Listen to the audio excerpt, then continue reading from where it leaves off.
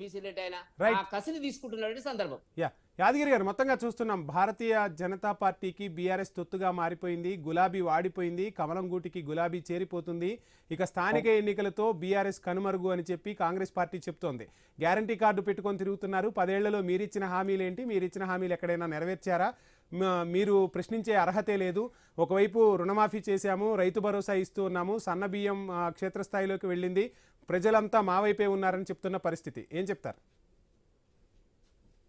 ఇప్పుడు బీజేపీ కాంగ్రెస్ ఒకటే అని చెప్పేసి మేము చెప్తున్నాం. ఎందుకంటే నిన్ననే ధర్మపురి అరవింద్ గారు ఒక స్టేట్మెంట్ ఇచ్చారు.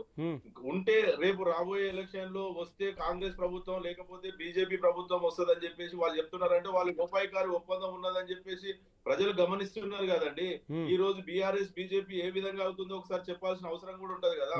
ఇప్పుడు అదే విధంగా బండి సంజయ్ గారు కూడా ఎన్నో సార్లు ఇప్పుడు కేటీఆర్ గారు అరెస్ట్ అవుతున్నారు, కేసీఆర్ గారు అరెస్ట్ అవుతున్నారు అని చెప్పేసి అక్కడ రేవంత్ రెడ్డి గారికి మద్దతు ప్రకటించుకుంటా ఎప్పటికప్పుడు బీజేపీ కాంగ్రెస్ రేవంత్ రెడ్డి గారు ఎప్పుడు కూడా ఢిల్లీ పోయిందంటే వాళ్ళ జాతీయ నాయకుల కంటే ఎక్కువ సార్లు ఢిల్లీ పెద్దలను అమిత్ షా గారిని మోడీ గారిని జాతీయ నాయకులు బీజేపీ రాష్ట్ర ప్రయోజనాల కోసం వెళ్తున్నారు, రాష్ట్ర ప్రయోజనాల కోసం వెళ్తున్నాం, రాష్ట్రానికి కావాల్సిన నిధుల కోసం వెళ్తున్నామని సీఎం స్వయంగా చెప్తున్న పరిస్థితి.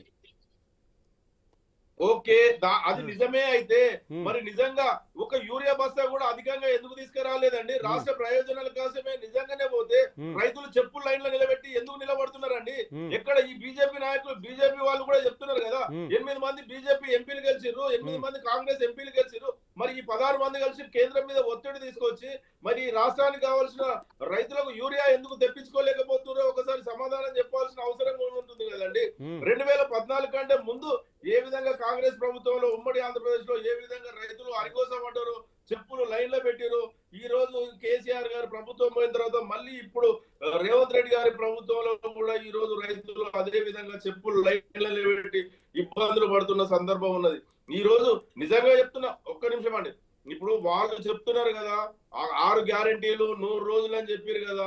6 గ్యారెంటీలు 100 రోజులు అంటే ప్రభుత్వం ఏర్పడ్డ 100 రోజులలో 6 గ్యారెంటీలు అమలు పరచారా?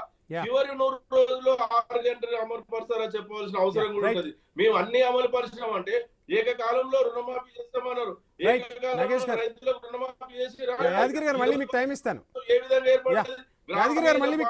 ప్రజలు వారు చెప్పిన అబద్ధపు హామీలతో రైతులు వర్గాల వాళ్ళు మేము రైతు బంధు మీ వాయిస్ కట్ అవుతుంది, మళ్ళీ మీకు టైం ఇస్తాను యాదగిరి గారు. నగేష్ గారు చూస్తున్నారు. నగేష్ గారు 25,000 రూపాయల నుంచి 4,000 రూపాయలు పెన్షన్ ఇస్తాం. రైట్ యాదగిరి గారు, మళ్ళీ మీకు టైం ఇస్తాను. ప్లీజ్ మీకు టైం ఇస్తాను. వాయిస్ కట్ అవుతుంది, మీ వాయిస్ కట్ అవుతుంది, ఇంటరప్షన్ వస్తుంది. 8 లక్షల మంది పెళ్లిళ్ళు అయినాయండి. రైట్ నగేష్ గారు, బాకీ ఉంది కదా ఈ రోజు ప్రభుత్వం పేదింటి ఆడబిడ్డలకు. రైట్ యాదగిరి గారు ప్లీజ్. యాదగిరి గారు, నా వాయిస్ మీకు వినపడుతుందా? నా వాయిస్ మీకు వినపడుతుందా? బాకీ కార్డులు తీసుకొని కాంగ్రెస్ పార్టీ. యాదగిరి గారు, నా వాయిస్ వినపడుతుందా మీకు? రైట్ నగేష్ గారు, మొత్తంగా చూస్తున్నాం కాంగ్రెస్ ప్రభుత్వం అధికారంలోకి వచ్చింది అంటేనే ఒక రకంగా చెప్పాలంటే పల్లెల్లో పట్టం కట్టారు, పల్లెల్లో ఎక్కువగా కాంగ్రెస్ వైపు మొగ్గు చూపడంతో